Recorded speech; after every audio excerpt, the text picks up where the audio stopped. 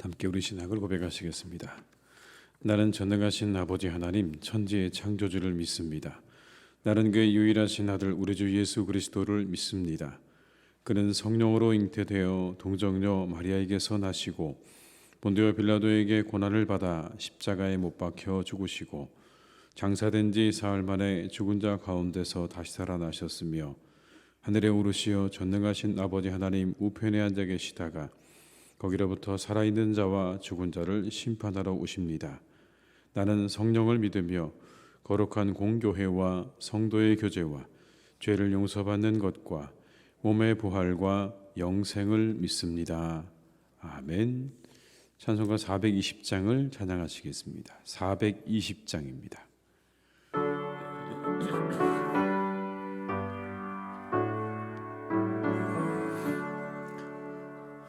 너 성결케 위해 늘 기도하며 너 주 안에 있어 늘 성경 보고 온 형제들 함께 늘 사귀면서 일하기 전마다 너 기도하라.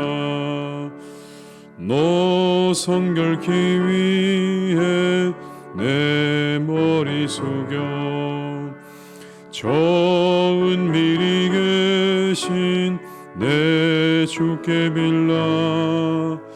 주 사귀어 살면 주 닮으리니 널 보는 이마다 주 생각하리. 너 성결케 위해 주 따라가고 일 다급하여도 당황치 말고 참 즐거울 때나 또 슬플 때나 너 주님만 믿고 늘 따라가라. 너 성결케 위해 늘 기도하며 내 소원을 주께 다 맡기어라. 너 성령을 받아 주 섬겨 살면 저 천국에 가 더 잘 3절입니다. 너 성결케 위해 주 따라가고 일 다급하여도 당황치 말고 참 즐거울 때나 또 슬플 때나 너 주님만 믿고 늘 따라가라. 너 성결케 위해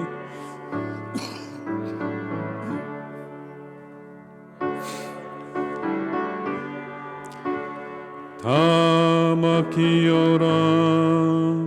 너 성령을 받아 주 섬겨 살면 저 천국에 가서 더 잘 섬기리. 이 시간 하나님께서 우리에게 주신 말씀은 마가복음 8장 11절에서 21절의 말씀이 되겠습니다. 마가복음 8장 11절에서 21절의 말씀입니다.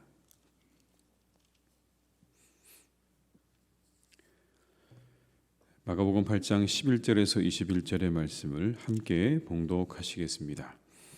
바리새인들이 나와서 예수를 힐난하며 그를 시험하여 하늘로부터 오는 표적을 구하거늘 예수께서 마음속으로 깊이 탄식하시며 이르시되 어찌하여 이 세대가 표적을 구하느냐. 내가 진실로 너희에게 이르노니 이 세대의 표적을 주지 아니하리라 하시고 그들을 떠나 다시 배에 올라 건너편으로 가시니라. 제자들이 떡 가져오기를 잊었음에 배에 떡 한 개밖에 그들에게 없더라.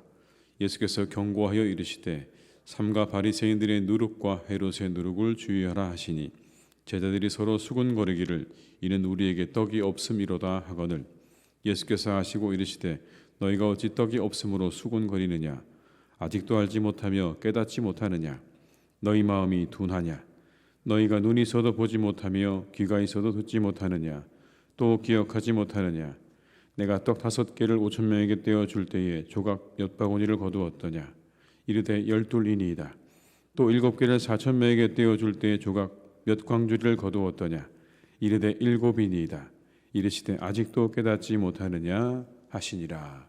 아멘. 바리새인들이 예수님을 찾아와서 시비를 겁니다. 표적을 보이라. 우리에게 표적을 보여봐라 라고 시비를 걸죠. 그들의 요구에 예수님께서 깊이 탄식하셨다. 그리고 이렇게 말씀하셨습니다. 어찌 세대가 표적을 구하는가? 너희들은 아무 표적도 받지 못할 것이다. 이게 예수님의 답이셨습니다. 11절과 12절의 말씀을 함께 읽습니다. 바리새인들이 나와서 예수를 힐난하며 그를 시험하여 하늘로부터 오는 표적을 구하거늘 예수께서 마음속으로 깊이 탄식하시며 이르시되 어찌하여 이 세대가 표적을 구하느냐 내가 진실로 너희에게 이르노니 이 세대의 표적을 주지 아니하리라 하시고 예수님과 함께한 사람들은 보여주면 믿겠다고 말을 하는 겁니다.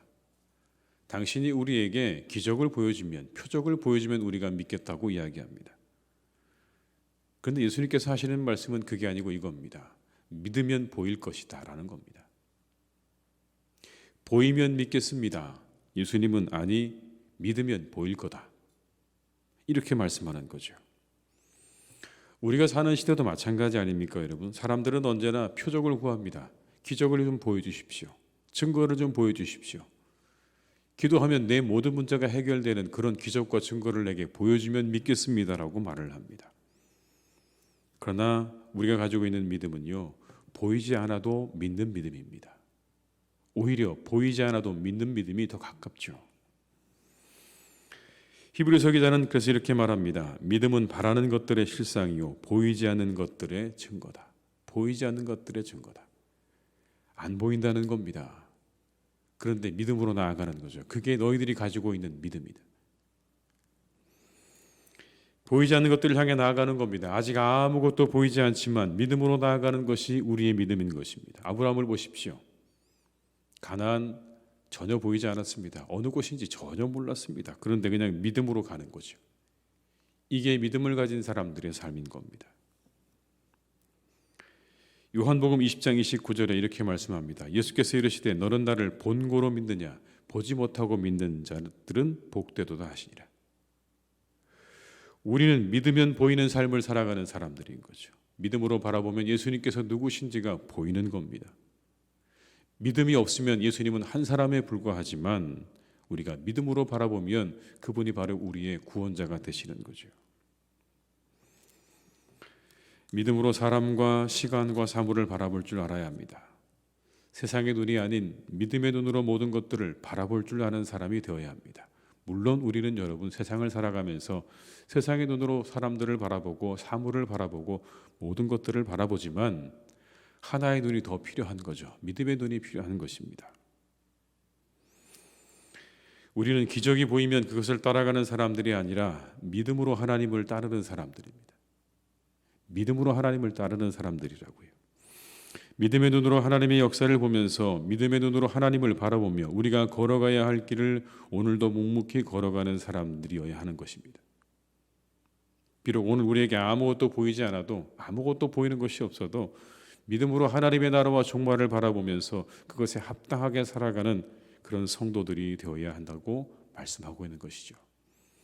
사랑하는 교우 여러분, 우리에게 보이는 것이 없어도 이 말씀을 기억하시기 바랍니다. 우리는 표적을 보고 믿음을 갖는 사람들이 아니라 믿음으로 보이지 않는 것들을 바라보며 나아가는 그런 사람들이다라는 이 말씀을 기억하시면서 오늘도 그 믿음으로 묵묵히 우리가 살아가야 할 삶을 잘 살아가시는 복된 성도님들이 되시기를 주님의 이름으로 축복합니다. 제자들이 아마 떡 가져오는 것을 잊어버렸던 모양입니다. 그래서 배에 떡이 한 개밖에 없었습니다. 이것 때문에 배 안에서 옥신각신 서로 이야기가 있었던 것 같아요. 왜 떡을 한 개밖에 못 챙겨왔냐? 나머지 떡 어디다 뒀냐? 서로 아마 그렇게 옥신각신하는 가운데 예수님께서 이렇게 말씀하십니다. 바리새인들과 헤롯의 누룩을 주의하라. 바리새인들과 헤롯의 누룩을 주의하라. 예수님께서 하신 말씀은 누룩을 주의하라는 말씀이셨어요. 그런데 이 말씀을 제자들은 이렇게 받아들입니다. 15절과 16절의 말씀을 함께 읽습니다. 예수께서 경고하여 이르시되 삼가 바리새인들의 누룩과 헤롯의 누룩을 주의하라 하시니 제자들이 서로 수군거리기를 이는 우리에게 떡이 없음이로다 하거늘. 여러분, 누군가의 이야기를 들을 때 더 문제가 되는 게 뭘까요? 상대방의 이야기일까요? 아니면 내 안에 해결되지 않은 문제일까요? 우리가 누군가의 이야기를 들을 때 더 문제가 되는 건 여러분, 혹시나 내 안에 해결되지 않은 문제가 더 큰 문제가 될 때도 있지 않을까요?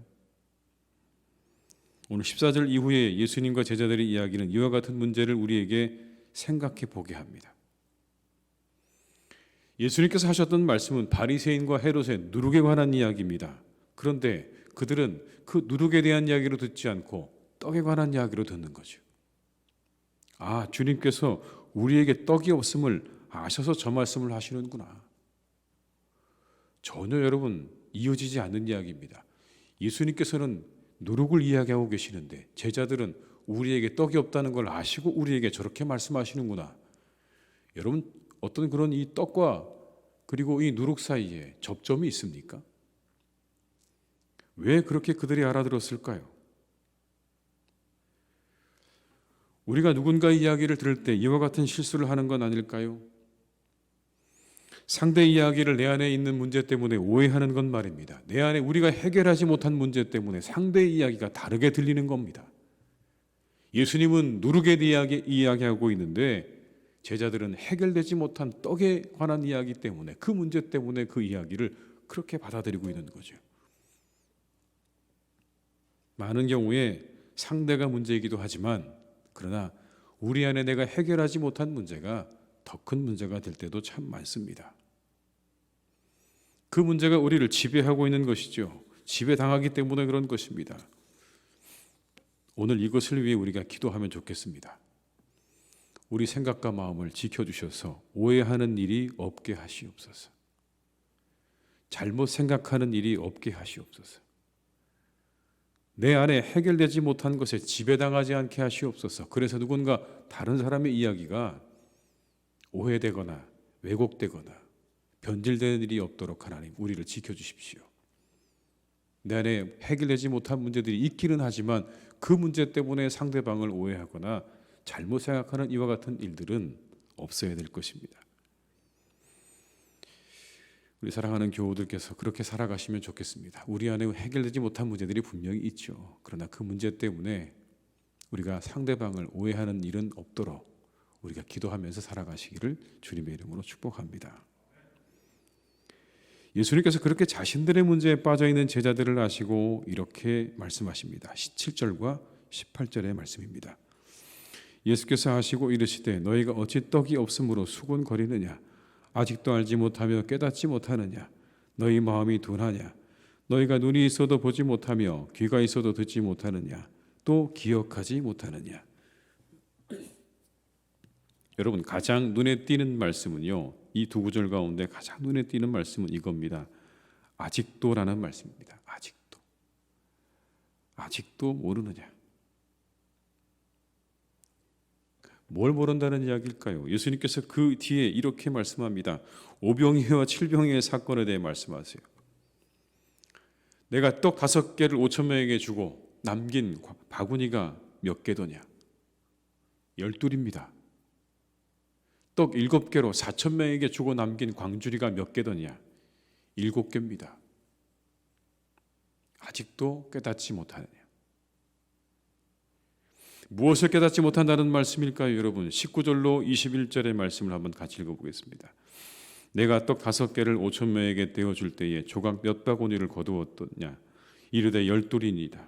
또 7개를 4천 명에게 떼어줄 때 조각 몇 광주리를 거두었더냐? 이르되 7이니이다. 이르시되 아직도 깨닫지 못하느냐? 뭘 깨닫지 못한다는 말일까요? 아직도 내가 누군지를 모르겠느냐라는 말씀인 겁니다. 내가 누군지를 모르겠느냐?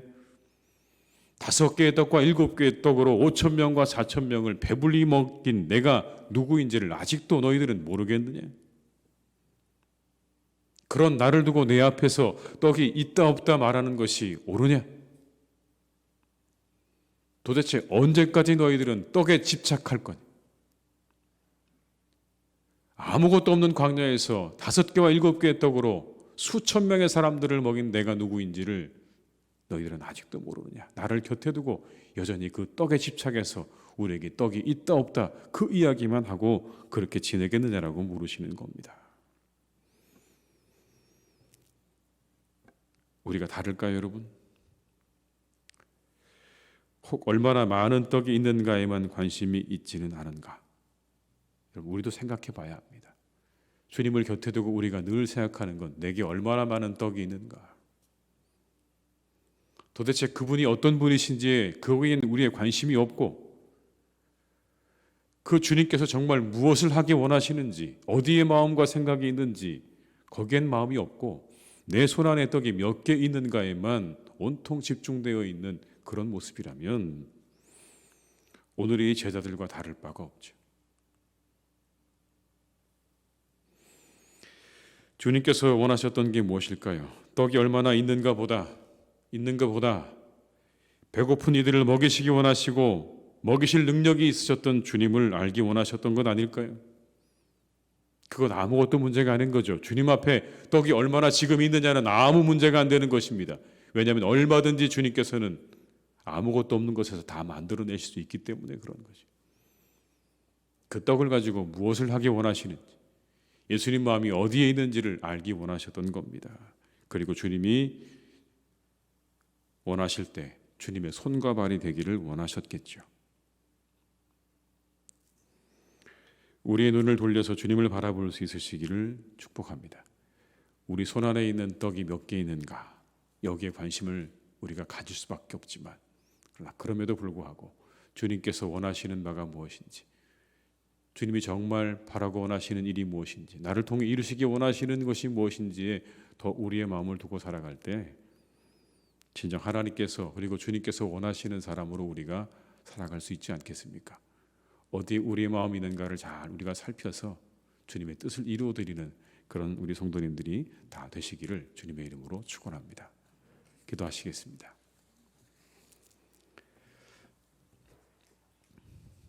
아버지 하나님, 오늘도 우리를 지켜주시고 인도해 주시기를 간절히 원합니다. 우리는 참 연약합니다. 그래서 우리는 주님께 표적을 구할 때가 참 많습니다. 주님, 내게 이와 같은 능력을 보여주신다면 주님의 놀라운 능력을 보여주신다면 그러면 믿겠습니다라고 우리는 말할 때가 참 많죠. 그러나 주님 우리에게 말씀하십니다. 너희의 믿음은 표적을 보고 믿는 믿음이 아니라 믿음으로 보게 되는 것이다. 믿으면 보게 될 것이다 라고 우리에게 말씀하십니다. 보지 않고 믿는 자가 복이 있다 말씀하셨습니다. 믿음은 보이지 않는 것들의 증거라고 또한 우리에게 말씀하셨습니다. 주님, 이처럼 주님께서 우리에게 말씀하신 믿음에 대한 이 말씀을 기억하며 우리의 눈에 보이는 것이 없어도 당장 우리의 손에 붙잡히는 것이 없어도 믿음으로 우리의 삶을 하루하루 걸어가는 복된 성도들이 되게 하여 주시옵소서.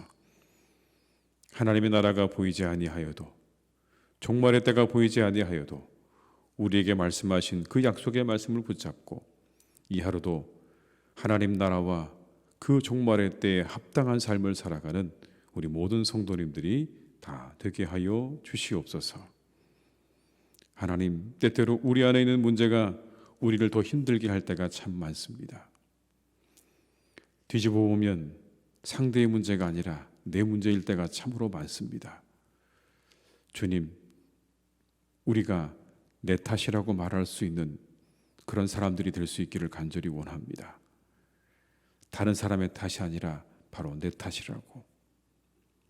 우리 스스로를 돌아보며 스스로를 반성하며 우리 스스로를 회개의 자리로 그렇게 우리가 나아갈 수 있는 그런 성도들이 되기를 간절히 원합니다. 주님, 우리에게 이와 같은 은혜를 허락하여 주시옵소서. 우리의 손에 있는 떡을 바라보기보다 주님이 누구신지를, 주님의 마음이 어디 있는지를 하나님 우리가 먼저 확인할 수 있기를 간절히 원합니다. 우리가 가지고 있는 떡에 너무 집중해서 주님의 말씀도 듣지 못하고 주님께서 원하시고 바라보시는 것도 보지 못하고 알지 못하는 그러한 믿음 생활이 되지 않게 하시고 오직 주님께서 어디에 마음과 생각이 있는가를 우리가 잘 알아서 그 뜻을 이루어드리는 손과 발이 되어지는 신앙생활 되도록 주님 우리를 이끌어 주시옵소서. 아버지 하나님, 우리 사랑하는 교우들을 주님께서 늘 지켜주시기를 원합니다. 한 걸음 한 걸음 더 주님께 가까이 나가는 발걸음이 되기를 간절히 원합니다. 우리의 시간이 지날수록 더욱 성숙한 신앙이 되게 하여 주옵소서. 깊이 있는 신앙을 가지게 하여 주시옵소서. 내 손안의 떡에 머물지 않게 하시고 주님을 바라볼 줄 알게 하시고 이웃을 바라볼 줄 아는 그러한 믿음으로 나아갈 수 있도록 하나님, 우리 모든 성도님들의 믿음을 더욱 성숙하게 인도하여 주시옵소서. 아버지 하나님, 사랑하는 교우들을 주님께서 이 하루도 지켜주시기를 간절히 원합니다. 특별히 하나님, 그 마음이 아픈 사람들, 여러 가지 상황 때문에 그 마음과 그 모든 생각을 주체할 수 없어서 고통당하고 있는 많은 분들도 하나님 우리 가운데는 있습니다. 주님, 그들을 지켜주시기 원합니다. 함께 하시기 원합니다. 그들에게 아버지 하나님 은혜를 베풀어 주셔서 그들의 모든 마음을 아프게 하는 것들, 그들의 생각을 혼란스럽게 만드는 모든 것들을 거두어 주시고 이제 그것으로부터 자유함을 얻기를 간절히 원하오니 주님, 그들에게 은혜를 베풀어 주시옵소서. 육신의 고통 가운데 있는 분들이 있습니다. 하나님, 그들을 고쳐주시기 원합니다. 함께 하시기 원합니다. 회복시켜 주시기 원합니다. 그들과 아버지 하나님께서 역사해 주셔서 깨끗하게 고침받고 나음을 입고 회복되는 은혜가 우리 모든 환우들에게 있기를 간절히 원하오니 주님이 하루 우리 환우들을 고쳐주시고 새롭게 하여 주시옵소서. 아버지 하나님, 우리가 이 연초를 또 맞이하고 이 연초의 시간들을 지내고 있습니다. 벌써 열흘 가까운 시간이 하나님 흘러가고 있습니다. 참으로 빨리 흘러가는 이 시간 속에 우리가 더욱더 이 한 해를 잘 살아갈 수 있도록 우리를 이끌어 주시기를 간절히 원합니다. 바른 목표를 가지게 하시고 바른 생각을 가지게 하시고 이 한 해를 임하는 자세가 우리가 하나님을 향할 수 있기를 간절히 원하오니 더욱더 우리가 이때에 주님을 바라보며 주님의 은혜를 구하며 주님의 놀라우신 그 능력을 바라보며 주님의 섭리를 우리가 생각하며 기대하며 나아가는 그런 시간이 될 수 있기를 간절히 원합니다. 코로나 때 아버지 하나님, 우리가 주님의 은혜를 구할 줄 아는 사람들이 되게 하시고 그 능력을 구하게 하시고 하나님의 때를 생각하며 하나님께서 왜 우리에게 이와 같은 일들을 허락하셨는지를 다시 한번 깊이 묵상하며 생각할 줄 아는 성도들이 또한 될 수 있기를 기도합니다. 주님, 이때 더욱더 우리가 그 모든 것들을 잘 알 수 있도록 인도하여 주옵시고 이 한 해 이 모든 것들을 속히 거두어 주시기를 기도할 때에 하나님께서 우리 모두를 긍휼히 불쌍히 여기셔서 이 모든 것들이 속히 사라지는 은혜와 축복을 허락하여 주시옵소서. 아버지 하나님, 참으로 이 밤에, 이 추운 겨울밤을 하나님 이렇게 우리와 함께 우리가 살아가는 모든 삶을 지키기 위해서 이 밤을 하나님 지새우는 많은 사람들이 있습니다. 주님께서 그들을 지켜주시기를 원합니다. 밤을 새워가며 하나님 나라를 지키고 또 국민들을 지키는 수많은 사람들이 있습니다. 하나님께서 기억하시고 그들과 함께 해주시기 원합니다. 특별히 하나님, 소방공무원들이 사고를 당한 일이 있었습니다. 참으로 안타까운 일입니다. 아내와 자녀를 두고 결혼을 앞두고 또 이제 막 시작한 그 모든 일들을 이제 마쳐야만 했던 그들을 하나님께서 기억하시고 그들의 모든 가족을 주님께서 위로해 주시기를 간절히 원합니다. 다시는 이런 일이 없도록 주님 인도하여 주옵시고 하나님께서 모든 나라와 모든 국민들이 함께 그들을 위해서 가슴 아파하고 기도하는 이 시간 그들에게 하늘의 위로가 함께하기를 간절히 원하오니 주님 역사해 주시옵소서. 이처럼 하나님 국민들을 위해서 나라를 위해서 그리고 많은 환자들을 위해서 애쓰는 밤을 새우는 수많은 사람들을 기억하시고 그들을 위로해 주시고 그들에게 새 힘을 주시고 보람과 기쁨으로 이 일을 감당할 때에 그들을 안전하게 지켜주셔서 그 모든 일을 넉넉하게 기쁨으로 감당할 수 있는 그런 모든 분들 될 수 있도록 주님께서 축복하여 주시옵소서. 사랑하는 교회를 지켜주시고 이 하루도 하나님 건강하게 하시고 새롭게 하시고 하나님의 말씀과 성령으로 충만한 교회가 되게 하셔서 우리 교회를 통해 온 세상에 하나님의 복음이 전해지는 놀라운 역사가 있기를 간절히 소망하오니 주님 우리 교회가 은혜의 통로가 되게 하시고 구원의 통로가 되게 하시고 축복의 통로가 되게 하여 주시옵소서. 내일은 주일입니다. 주일을 잘 준비하게 하시고 내일의 모든 예배를 주님께 맡겨드리오니 주님 크신 은혜와 축복을 함께 하시는 복된 예배의 시간 되게 하여 주시옵소서. 감사드리고 예수님의 이름으로 기도드립니다. 아멘. 각자의 자리에서 계속 기도하시겠습니다.